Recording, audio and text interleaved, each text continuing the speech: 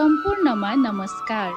आज मिति 2082 साल असोज महिनाको 14 गते मङ्गलबार। आज महाअष्टमी अर्थात् नवरात्रिको 8औं दिन। आश्विन शुक्ल पक्ष अथवा घटस्थापनादेखि सुरु भएको दशैंको आज 8औं दिन। नवरात्रिभरि माता दुर्गाका 9वटा रूपहरू शैलपुत्री, ब्रह्मचारिणी, कुष्माण्डका, स्कन्दमाता, कात्यायनी, कालरात्रि, महागौरी र सिद्धिदात्रीको पूजा गरिन्छ। आजको दिन दुर्गाको 8औं स्वरूप महागौरीको विधि विधान अनुसार पूजा अनुष्ठान गर्ने गरिन्छ। गणेशको रूपमा स्थापना गरिएको कलशको छेउमा 9वटा ससाना ढुङ्गाहरूलाई नवदेवीका प्रतिमाका रूपमा स्थापित नैवेद्य फलफुल आदि चढाएर पूजा गर्ने गरिन्छ।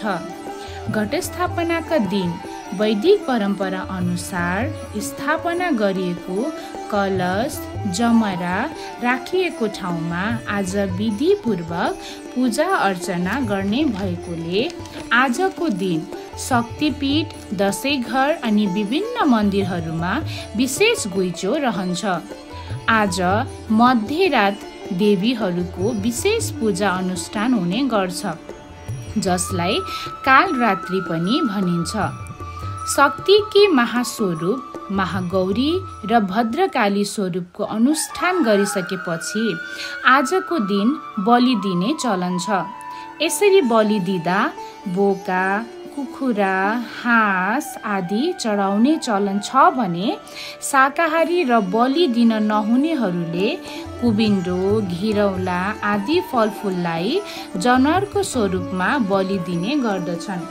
संस्कृतमा बलिको अर्थ कुनै पनि कुरा त्यागिदिनु भन्ने बुझिन्छ।